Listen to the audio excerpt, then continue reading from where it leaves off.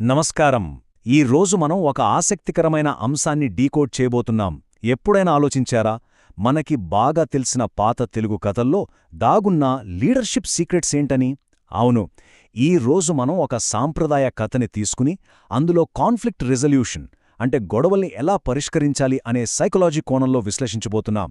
ఇదొక అద్భుతమైన master class అని చెప్పొచ్చు. ముక్కలైపోయిన ఒక కుటుంబాన్ని ఒకే ఒక్క మాస్టర్ ప్లాన్తో ఎలా కలిపారో ఈరోజు మనం వివరంగా చూద్దాం. అసలు సమస్య ఎక్కడ మొదలవుతుందంటే, ఒక ఇంట్లోనో లేదా ఒక ఆఫీస్ బృందంలోనో ఎప్పుడూ ఏదో ఒక చిన్న విషయానికి గొడవలు జరుగుతూనే ఉంటే ఆ వాతావరణం ఎంత చిరాకుగా ఉంటుందో ఊహించండి. ఒకరి ముఖమొకరు చూసుకోకుండా విడిపోయిన వాళ్ళని మళ్లీ ఒక్కటి చేయడం ఎలా? సైకాలజీలో, లీడర్షిప్లో ఇదొక చాలా పెద్ద ఛాలెంజ్. ఈ కథలో ఉన్న అసలు సిసలైన సమస్య కూడా ఇదే. మరి దీన్ని ఎలా డీల్ చేశారో తెలుసా? ఇక్కడే ఒక పెద్ద ట్విస్టుంది. బయట ప్రపంచానికి శారదా, ప్రసాద్ గారిది ఒక పెద్ద ఉమ్మడి కుటుంబం.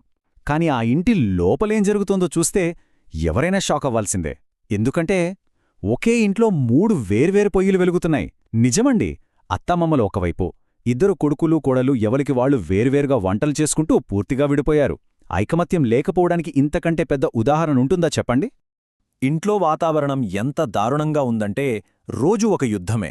పెద్ద కోడలు అనామిక ఏమో తన మామగారు అడిగితే చిన్న కోడలు కనీసం మంచినీళ్లు కూడా ఇవ్వలేదని, ఇంటి పెద్ద కోడలిగా తనకు అస్సలు రెస్పెక్ట్ దక్కడం లేదని కంప్లైంట్. మరోవైపు ఆ చిన్న కోడలు భావన వంటగదివైపు కన్నెత్తి చూడకుండా బెడ్రూంలో కూర్చుని ఫోన్లో వీడియో రీల్స్ చూస్తోందని అనామిక ఆరోపణ.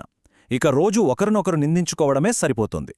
అయితే ఈ చిన్న చిన్న గొడవల వెనుక ఎవరికీ కనిపించని చాలా పెద్ద సమస్య ఒకటి దాగి ఉంది. అదేంటంటే ఫైనాన్షియల్ టెన్షన్. తల్లిదండ్రులైన ప్రసాద్, శారదలు తమ కూతురు మాలతి పెళ్లికోసం చాలా అప్పు చేశారు.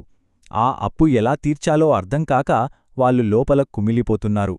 ఇలాంటి కష్ట సమయంలో కుటుంబమంతా ఒకే మాటమీద ఉండాల్సింది పోయి ఇలా తలా ఒక దారిలో ఉంటే ఆ టెన్షన్ ఇంకా ఎంత పెరుగుతుందో అర్థం చేసుకోవచ్చు. సరిగ్గా ఈ పాయింట్లోనే మామగారు ప్రసాద్ గారు రంగంలోకి దిగారు. ఆయన కోడళ్లమీద అరవలేదు, కోప్పడలేదు. దానికి బదులు ఏకంగా ఒక స్టార్టప్ పిచ్తో వాళ్ల ముందుకొచ్చారు. వినడానికి కొంచెం ఆశ్చర్యంగా ఉన్నా ఇది నిజం. ఆయన ఏం చేశారంటే, ముందుగా ఒక టేస్టీ మ్యాంగో మిల్క్ షేక్ తీసుకొచ్చి వాళ్ళకిచ్చారు. ఈ మండు వేసవిలో దీనికి ఎంత డిమాండుందో వివరించారు.